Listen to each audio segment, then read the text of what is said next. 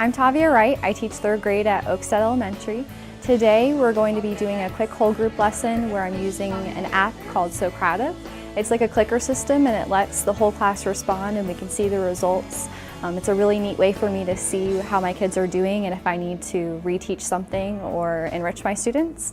After our whole group lesson, the students are going to work in partners and they're going to be on the site called Edmodo.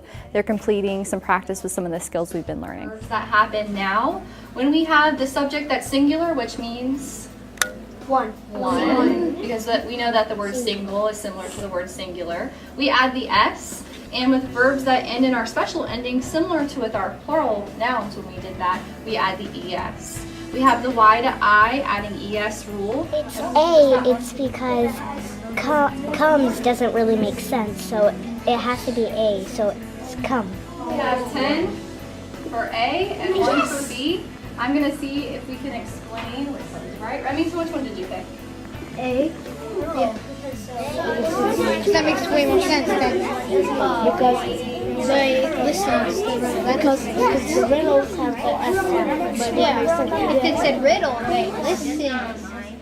Like I or you? Yeah, I or you, and they are like a special word for our subject? For a subject. So does our verb have an ending?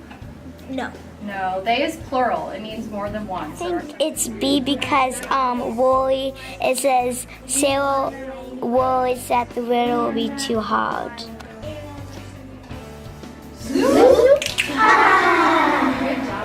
I had a lot of students who needed a little bit of extra support and I really wanted to engage them and I found that technology was a really great way.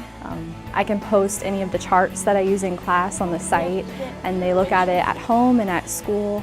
It's really neat. They've created challenges together and they'll ask each other questions and earn points for practice. Really well with the setting. I want to give you a little quiz on setting and what it is. So, you're going to decide. Setting answers the questions. What does the setting tell? Tells where it is and when. What helps you remember that? Where, because it helps me remember that because where means like where it's taking place. Well, and plus we went to a castle or kingdom, and it was a long time ago, and that was the one. So me and my buddy knew it was B because we both talked about where and when. So. Awesome. One of the things I really enjoy about Edmodo is that it allows me to see where my students are at before we get to the assessment.